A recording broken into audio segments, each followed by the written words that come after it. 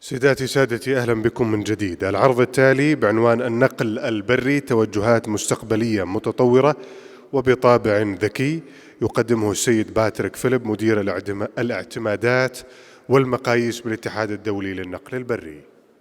السلام عليكم.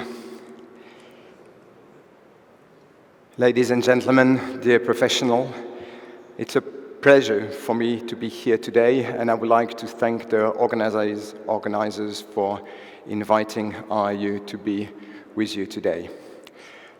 We will continue the discussion on the trend of what's ahead of us, and looking at how the road transport industry is set to change, what are the challenges that are ahead of us, but also the tremendous opportunities that are offered. So my presentation will go against those four elements. We'll first look on how business leaders are seeing the key innovation trends. We'll discuss about automation and see where we are today. Is it a fact or is it a myth? We'll speak as well on our innovation vision and what future services we see coming. And at the end, we also need to look at the human aspect, which will play a key role in making road transport and economy sustainable in the future. But before I start with that presentation, I would like just to provide you with a very brief fact animation on who RU is and why the future of road transport is so important to us.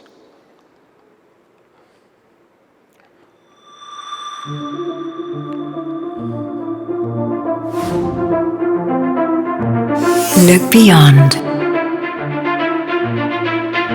What do you see? Safer people and roads. Greater sustainability. Shared prosperity. This is what we see. We, IRU, the World Road Transport Organization, the voice of more than 3.5 million companies, through members in more than 80 countries, with one vision: connecting societies with safe, efficient green mobility and logistics, helping people and goods move, crossing borders, building global standards, championing excellence as the voice of the road transport industry. Look beyond. Together, we shape the mobility and logistics of tomorrow. Together, we work for a world in motion. Will you join us?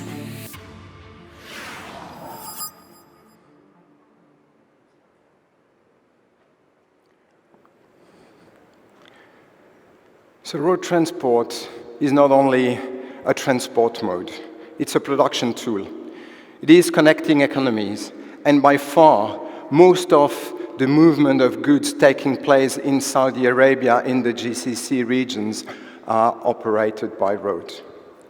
So we've been interviewing about 500 key industry stakeholders through in-depth interview to see what is their outlook for the future, and for us, by collecting their data, being able to act on those key priorities.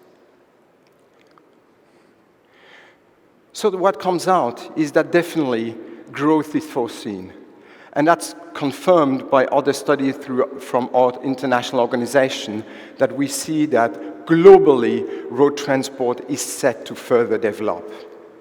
As you can see, by 2050, it is foreseen that there will be a growth of about 250% in road transport movement.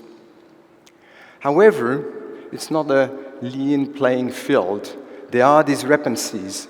There are countries and regions where growth will be much strong, whilst others will be more stable. So when we ask the business leader to look into the key challenges, we've been analyzing per regions, but also having a global overlook. Now, if we look in the GCC region, we see that there are 3 items that come very high on the agenda. One is being able to answer changing demand, what the customers are expecting from us, being able to deal with that. The second is looking on how the economy is doing. And the third one is looking to global uncertainty.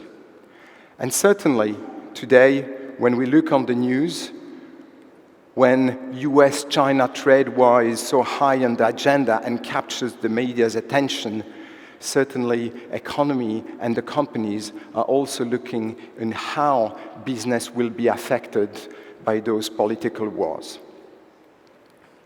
When we look at the global perspective, we can see that we are almost in line. However, global uncertainty comes in number 1, which is followed by the global recession and changing customer demand.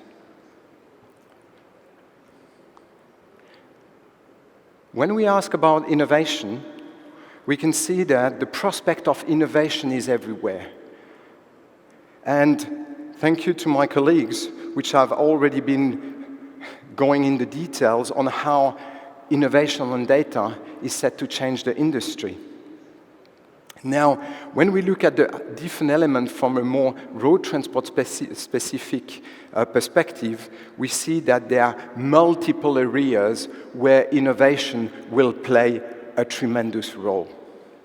So it's not only speaking about automation 5 vehicles on the road. There are many other aspects in the transport and the logistic chain where innovation will make transport and logistics progress. But again, there is no level playing field here. Whilst there are front runners and disruptors, and some have been mentioned before, we speak about adoption of digital platform, Uberization of goods. On another side, we also have a large fraction of the industry which is only just coping with regular demand. Are we going autonomous? Are we autonomous today? By when we will see autonomous vehicles on the road? Well, it is changing. And certainly for those that are following the subject in the media, we see that there are highs and lows. Now, the industry here foresees that it's extremely positive and foresees by large majority that in the next 10 years, we'll see autonomous truck on the road. 1/3 of those transport and other company leaders even expect that within 5 years, autonomous vehicle will be on the road. Which level of autonomy? Where are we today? As we know today, most of the automation and where we benefit from automation, notably in safety, is between level 0 and level 2. To some extent, for cars, we are going into level 3, but certainly what we foresee as well is that the big benefit from vehicle automation will only in level 4 and level 5 areas. Everything that comes before is only partial and will continue to require that the human being is in the vehicle and in control of the vehicle. So there is a huge investment that continues to be made in order to reach the destination, if, certainly, one day we'll see autonomous vehicle on the road. However, today, when you read the news, that's what you see. There is a big challenge.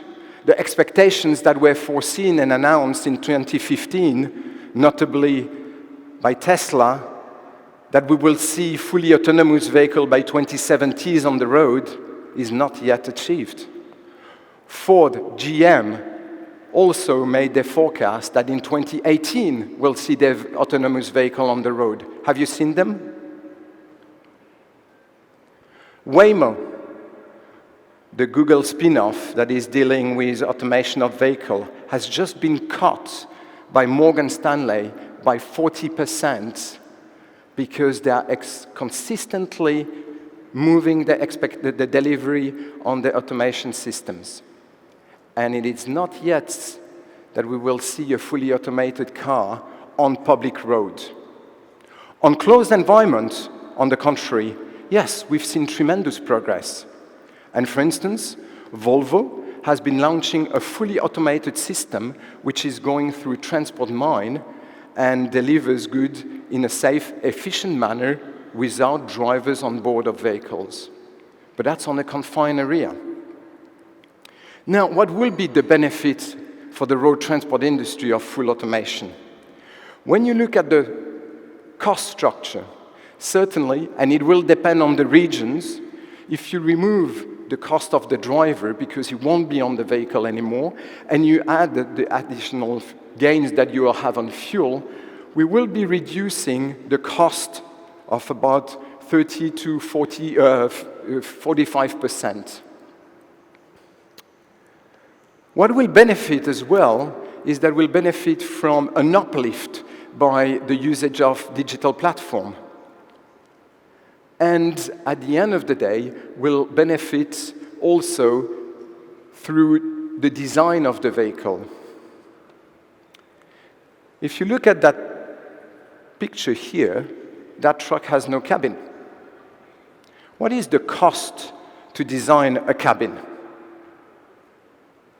So today, when you think that a modern vehicle of a latest generation that you will certainly pay for about $100,000, about 5% of the cost is simply on the cabin. So here you'll have tremendous gain. And on top of that, by removing the cabin, you remove weight.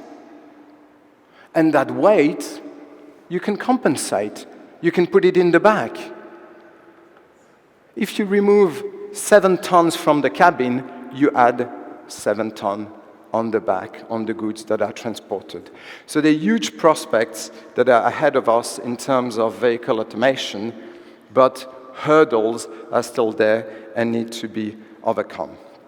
Now, other areas where the people that have been interviewed and consultants see progress are described here.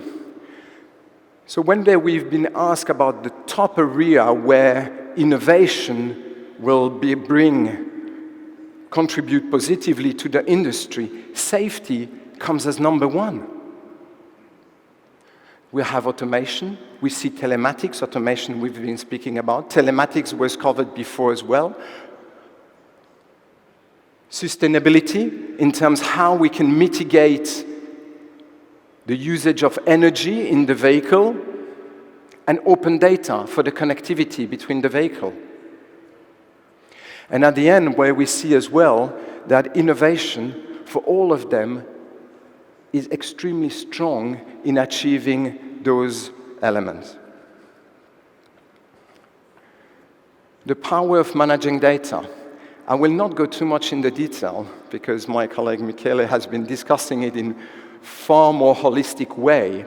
But from a road transport perspective, there's so many data points that can be analyzed.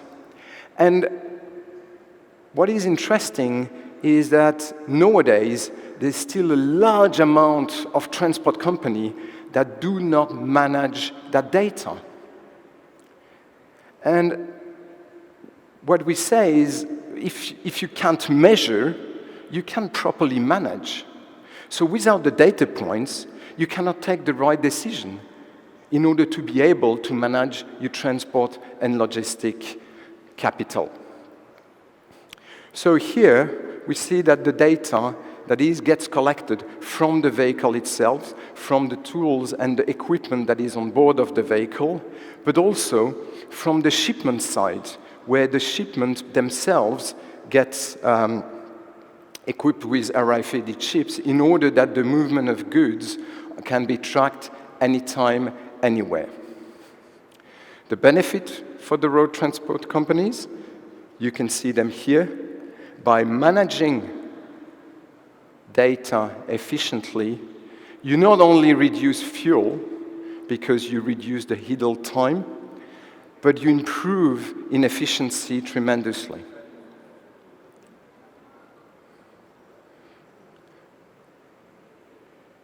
We'll discuss about trade facilitation in the workshop that will be starting at around lunchtime. But I just would like to have a few words about here. Innovation comes also in the way we operate trade, and certainly the way we operate transport across different countries, where administration needs to be addressed. So having new ways to operate trade and transport is also part of the innovation curve. Now, where we are today is that those transport documents and other consign modes gradually get fully digital. Again, if you have more interest about tier and trade facilitation, it's a good time to come to the workshop that will be starting this afternoon. Now, to drive that change in the road transport industry, what needs to take place? And what are the elements that are posing risk? When we analyzed again, what are the elements that are posing some risk into being able to adapt and be part of that innovation curve, it's the understanding of the technology. It was raised twice before by my predecessor, is how the human being is able to deal with the change. So the lack of high qualified people is a possible burden that need to be addressed. And I think that numerous sessions throughout the 3 days have been hinting that it is absolutely essential to invest in people in order to accompany the change, but also, at the same time, to give job to them. If we look globally, the problem of the industry, or a key problem of the industry, is the lack of qualified workforce. And that's at all levels. We're finding at the top level, and again, refer to the discussions that were taken before, but we have the problem that is systematic when we speak about the people that are sitting in the trucks and ensure the movement of goods. Unfortunately, today, we have a driver shortage across most of the regions, which is impeding the road transport industry to be able to deliver in the most and efficient manner. The problem with that is that if it continues, it will have a further impact on the supply chains. And it's likely that goods that have to be delivered will become more expensive, which is absolutely surprising, because on another side, another big challenge that today's economies have is the high level of unemployment in the society. So we have an industry, which is transport and logistics, that provides huge opportunity for employment, whilst on the other side, we have a large number of economy which are still struggling to get the people to employment.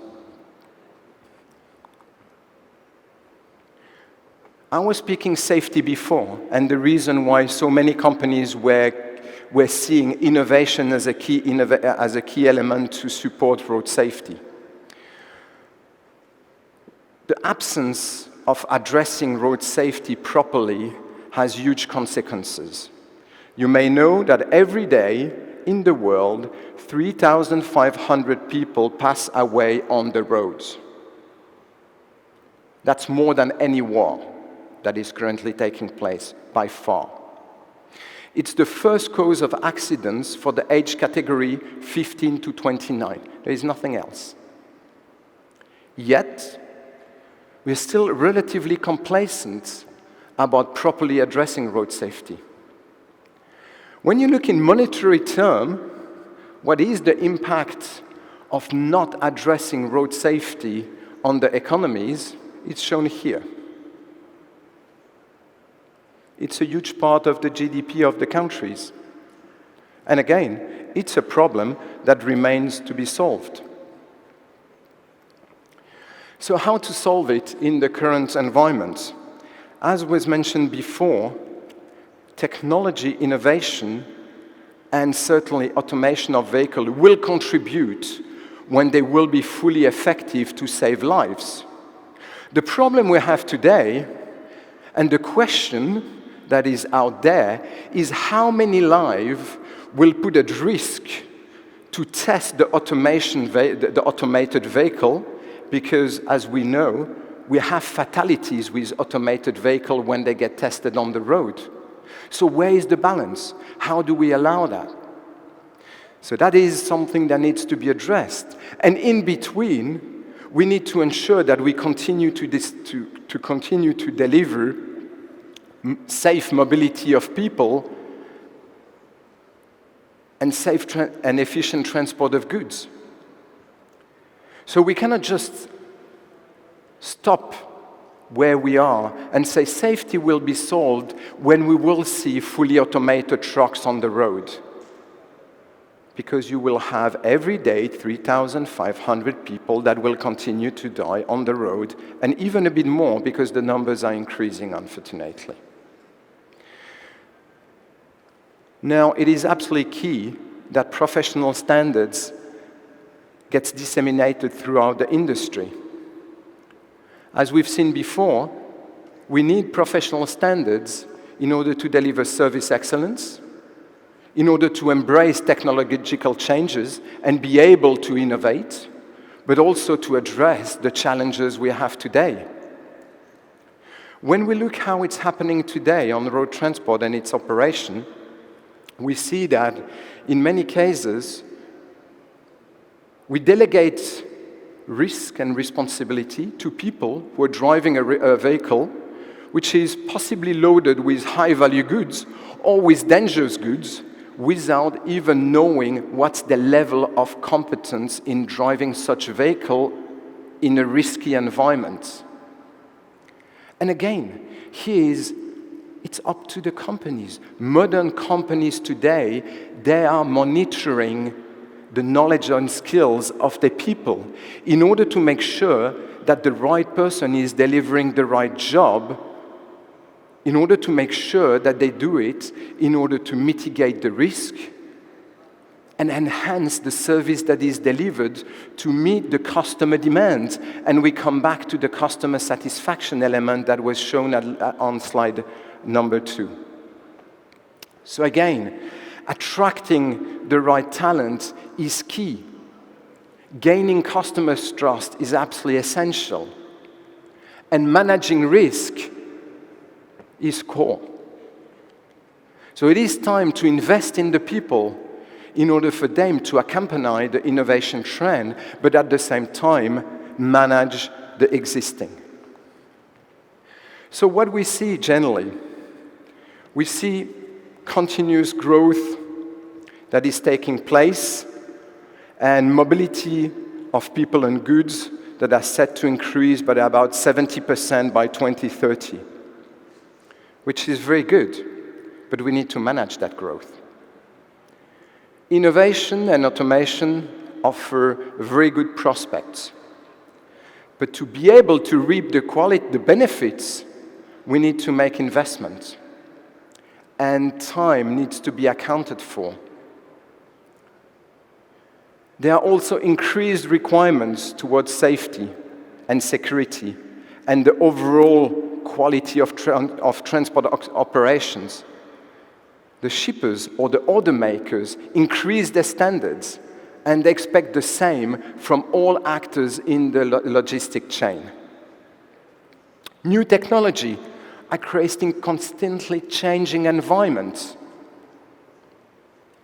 And again, if I refer to road transport, if you take a new manufactured truck today versus one that is 5 years old and another one that is 10 years old, they are totally different. Thus, the industry has to focus in attracting and developing the workforce that will drive tomorrow's economy.